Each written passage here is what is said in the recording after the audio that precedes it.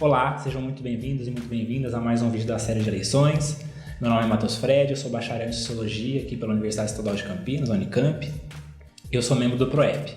Eu sou um homem branco, de cabelos castanhos lisos, curtos, uso um óculos redondo e uso uma camiseta preta com o lema do PROEP desse ano, que é Política se Aprende. Nós estamos em uma sala branca com uma mesa branca à nossa frente. Essa série de eleições que você está acompanhando faz parte da programação do PROEP, o Projeto de Extensão em Educação Política. Nós desenvolvemos jogos, livros, cursos e eventos para discutir e conversar sobre política. Para você conhecer um pouco mais sobre o nosso trabalho, você pode acessar nossas redes sociais. Na entrevista de hoje, vamos conversar com o professor Cláudio Batalha, que é graduado e licenciado pela Universidade Federal Fluminense em História. Ele também é doutor em História pela Universidade de Paris e atualmente é professor livre-docente aqui da Unicamp. O professor Cláudio Batalha é especialista em História do Brasil República, História Moderna e História Contemporânea, particularmente no campo da História Social do Trabalho. Muito obrigado por conversar com a gente hoje, professor. Prazer é meu nome é Cláudio Batalha, eu sou professor do Departamento de História, como já foi dito. Eu sou um homem branco idoso, de cabelo grisalho e óculos vagamente retangular, e estou usando uma camisa azul com listras brancas. Maravilha, professor. Então, para começar a nossa entrevista, eu gostaria de saber do senhor. Sempre que a gente fala sobre votos ou eleição, a gente também associa isso com a democracia. Essas coisas são sinônimos? Não são sinônimos, ainda que no senso comum muitas vezes as pessoas associem a democracia a eleições. Quer dizer, é claro que não se pode separar a democracia da realização de eleições livres e do direito de voto. Porém, há vários exemplos ao longo da história de regimes autoritários, regimes autocráticos que em que havia eleições e nem por isso eram regimes democráticos. Ou seja, eleição muitas vezes pode ser usada simplesmente como uma forma de certo respaldo político, inclusive em regimes autoritários. Então, por exemplo,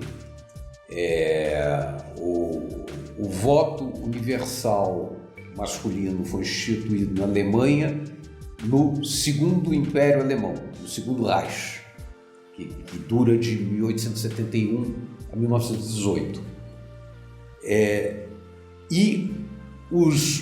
Era possível votar para as eleições da Câmara Imperial, que equivale ao Congresso Nacional, o Congresso Nacional na Alemanha. E, no entanto, era um dos regimes mais autocráticos da Europa na época. Ou seja, esse voto era um voto que era livre, que era possível até certo momento relativamente livre. Depois há toda uma série de restrições com relação à participação dos socialistas nas eleições. Mas o que de fato esse parlamento pode fazer é muito pouco. Eles não tinham direito, não é uma monarquia parlamentar, eles não tinham direito, por exemplo, de derrubar o gabinete, derrubar o governo em exercício, que esse governo em exercício era nomeado pelo imperador e só o imperador podia tirar. Outros exemplos disso são a França do Segundo Império, em que se manteve o direito de voto e foi usado sobretudo por Napoleão III para conseguir via plebiscitos endossos para suas políticas. E outro exemplo ainda é o caso do Brasil do período ditatorial, do período da ditadura militar, em que havia formalmente 2 partidos políticos consentidos, havia votos, mas esse voto se dá em num quadro de enormes restrições com relação à possibilidade de atuação dos partidos e com relação à efetiva liberdade do eleitor e dos eleitos. E o senhor comentou então agora sobre o Brasil. Eu gostaria de saber quando surge o voto no Brasil. O voto no Brasil começa ainda antes da independência.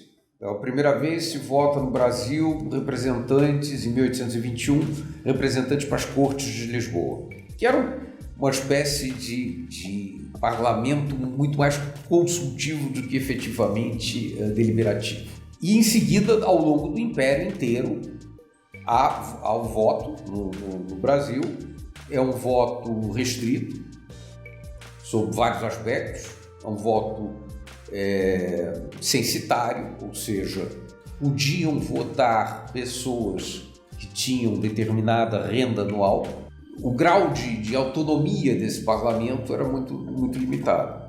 Então, tampouco o caso do Império Brasileiro, da primeira e do segundo reinado, são exemplos de monarquias constitucionais. Existe um parlamento, mas é um parlamento com atuação restrita, e o voto está sujeito a toda uma série de restrições no sentido de quem pode exercê-lo. E seguindo então nessa questão do quem pode ou não pode votar, desde a conquista desses votos, né, todos os grupos puderam votar. Acho que você já respondeu isso, né, mas qual foi a importância dos movimentos sociais para começar a conquistar esse direito ao voto para alguns grupos? O voto, em várias situações, é um voto restrito. Em quase todos os países, o voto não vai sendo paulativamente ampliado.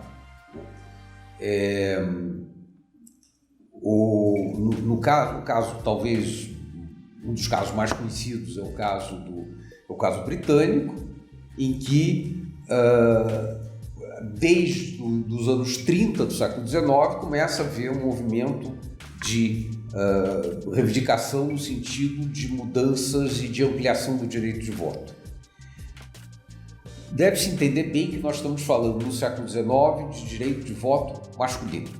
E o movimento cartista, por exemplo, que é um movimento que ocorre entre 1838 e 1848, é um movimento que junta duas dimensões, que são reivindicações com relação a condições de vida e de trabalho, junto com reivindicações políticas que passavam, sobretudo, pela ampliação do direito de voto e do direito de voto para os trabalhadores.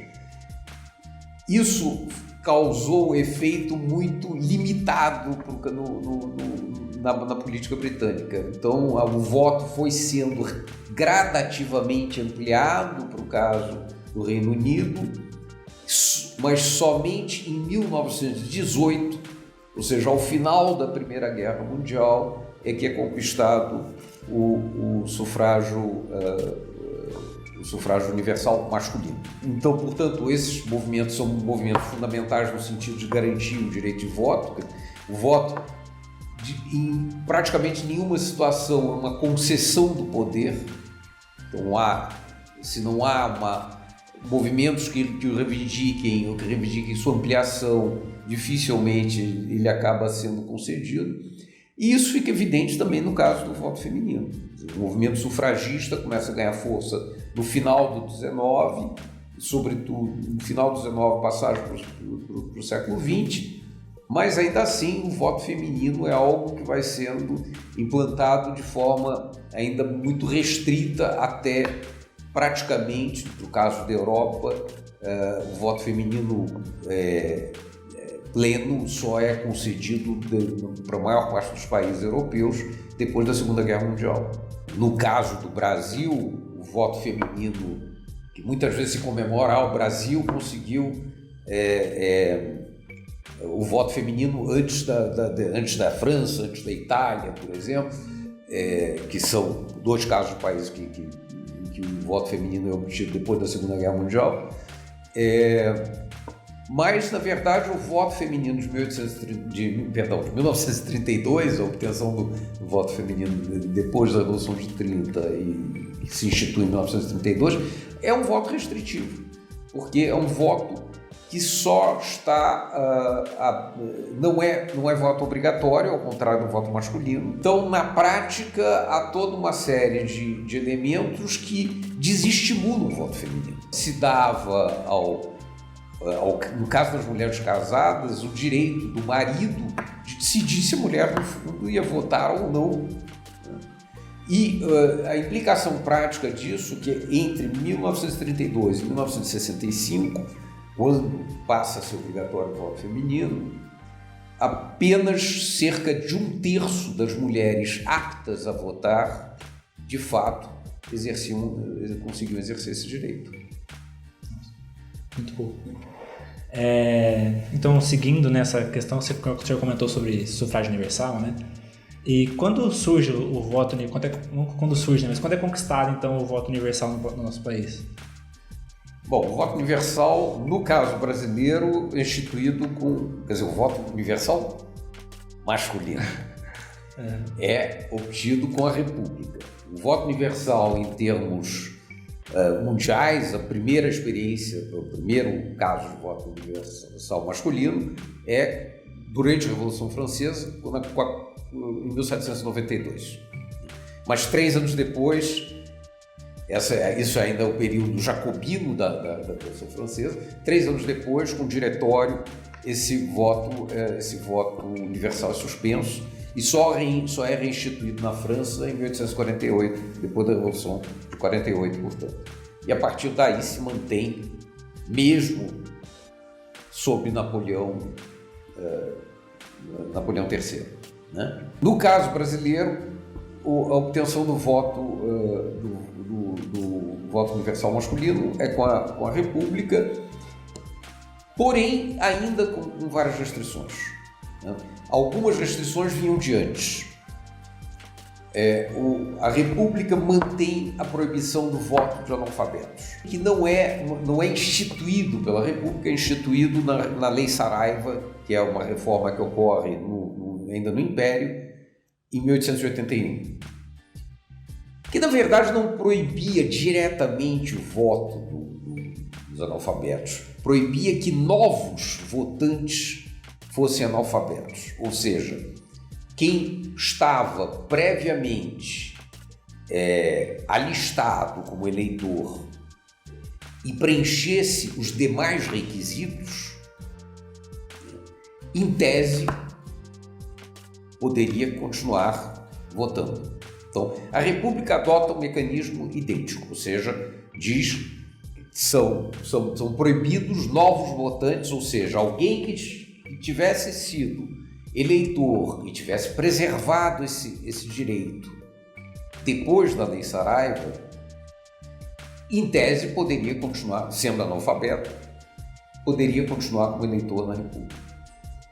Só que, de fato, voltando um pouquinho atrás, se você me permite, o que a Lei Saraiva institui, ela cria mecanismos de verificação de renda tão draconianos, tão rigorosos, que praticamente ninguém conseguia comprovar, sobretudo a população mais pobre, não conseguia atingir o grau de exigência de comprovação de renda que a Lei Saraiva institui.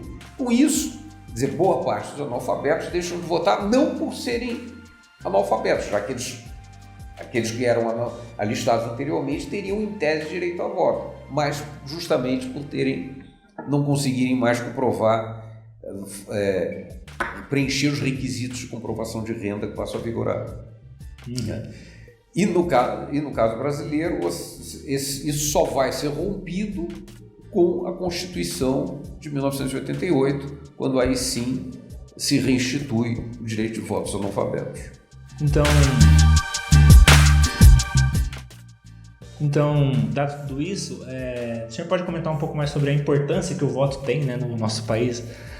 Acho que pode ser um panorama mais geral mesmo sobre essa ideia da importância do voto, que você pode comentar sobre isso. Não, acho que a importância do voto vai no sentido de que é impensável qualquer forma, ainda que seja possível dizer que regimes não democráticos podem ter voto, o voto é inseparável e o direito de voto é inseparável de um regime democrático. Então, o voto é um passo fundamental no sentido de garantir que, de alguma medida, a população possa determinar, com todas as limitações que nós conhecemos, os rumos da política e a direção do país.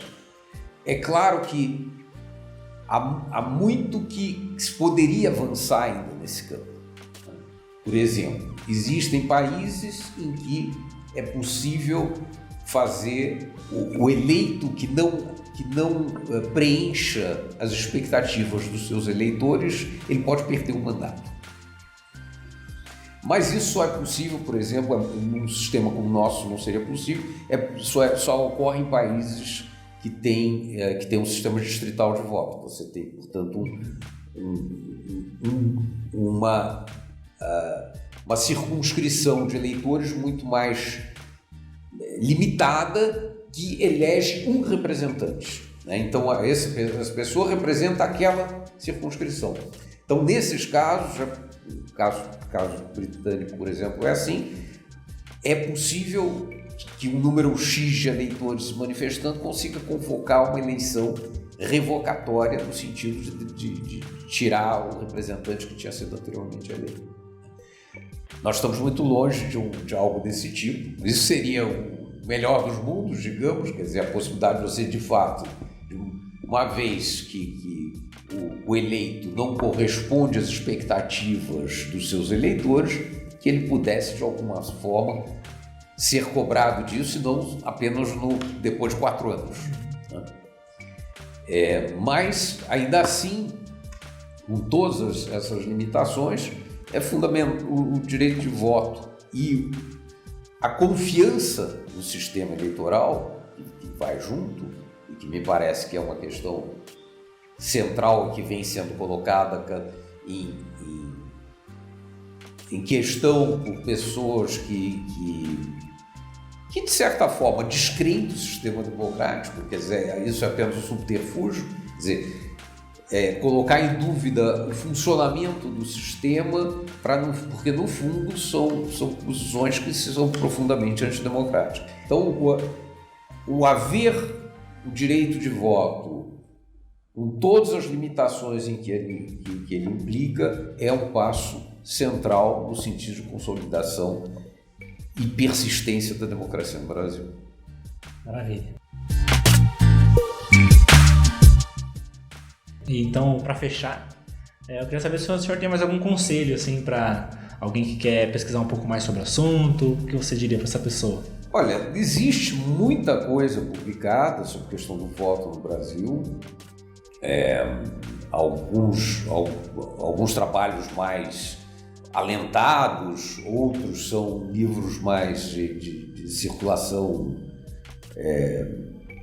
enfim, mais didáticos, mas há muita coisa que foi publicada e, em geral, se tem boas histórias do voto no Brasil, e as pesquisas continuam. Por exemplo, essa questão que eu dizia há pouco, que eu disse anteriormente, de que o voto feminino em 32 na verdade, que normalmente costuma ser celebrada, inclusive na bibliografia, como sendo uma conquista, né? E um pouco, de uma maneira um pouco ufanista, o Brasil fez isso muito antes. A pesquisa que mostra que não é bem assim é uma pesquisa relativamente recente, de 2019, eu não me lembro de todos os pesquisadores, mas um dos autores é o Fernando Limonge, né?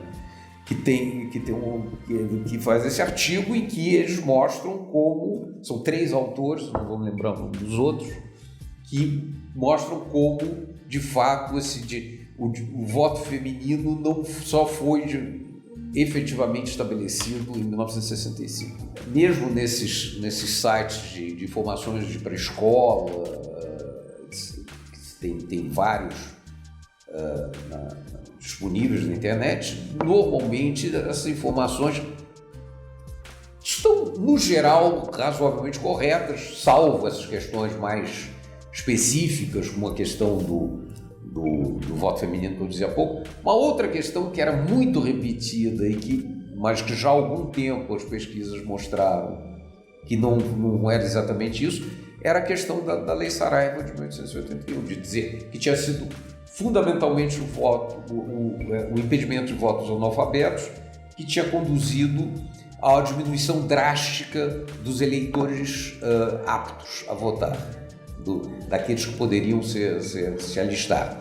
Quando, na verdade, é muito mais o que várias pesquisas vêm mostrando nos últimos, pelo menos 10 anos, é justamente a questão da comprovação de renda, que é o elemento central. Então, fora essas questões mais específicas, no geral, essas histórias do voto, no sentido de mostrar as diversas etapas, são razoavelmente corretas e permitem uma informação preliminar básica sobre o assunto. Professor, muito obrigado pela sua entrevista. Nós temos certeza que as suas respostas vão auxiliar muito a gente a entender melhor a importância do voto no nosso país e para a democracia. Sou eu que agradeço e fico contente de poder colaborar com o projeto de vocês. Muito obrigado mesmo. E agora eu queria agradecer a você que está acompanhando a gente aqui até o final.